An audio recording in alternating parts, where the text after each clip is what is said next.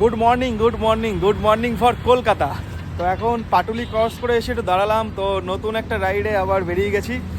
তো কোথায় যাচ্ছি দাঁড়াও বলছি একটু পরে বলছি কোথায় যাচ্ছি। তো কেমন আছো সবাই? আর এদিকে ভিউটা দেখো, জাস্ট একটা অসাধারণ ভিউ, জাস্ট একটা অসাধারণ সৌন্দর্য।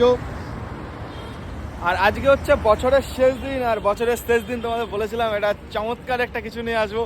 তো সেটা করতেই ভোর 4টের সময় বাইক থেকে বেরিয়েছি। তো ভোর 4টের সময় বেরিয়ে এখন বাজে হচ্ছে 8:30। তো এখন আছি হচ্ছে কলকাতার পাটুলি। আর আজকে আছি দুজন, আমি আছি আর হচ্ছে দাদা আছে। তো দেখাচ্ছি, আমরা আজকে দুটো গাড়ি নিয়ে বেরিয়েছি। একটা হচ্ছে আমার গাড়ি, তো তোমরা চেনোই। তো এটা হচ্ছে দেবব্রত দা। দাদা কেমন লাগছে? ঠান্ডা ভীষণ, আরে এত কুয়াশা, গাড়ি মাথা খারাপ। এতক্ষণ রাইড করে কেমন লাগলো? না ভালো। আর এটা দাদার নতুন গাড়ি রনিন। আর এটা তো তোমরা সবাই চেনোই, আমার সাথী। আর এখন আছি হচ্ছে কলকাতার, ঠিক বলো তো কোথায় যাচ্ছি সেটা এখনো বলিনি, তাই না?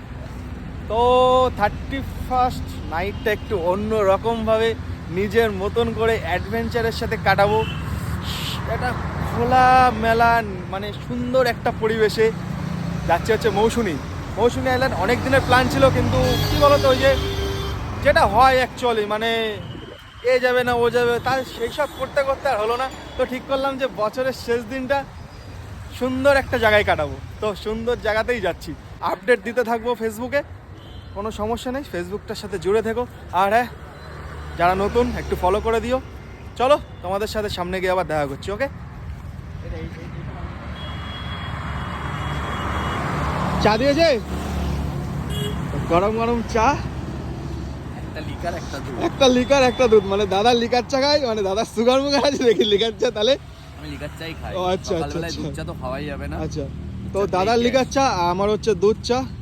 ওকে চলো, চাটা খাওয়া দাওয়া কমপ্লিট করি, চাটা খেয়ে রাইডটা কন্টিনিউ করছি। ওকে টাটা। আর যা হবে ওখানে গিয়ে চলো।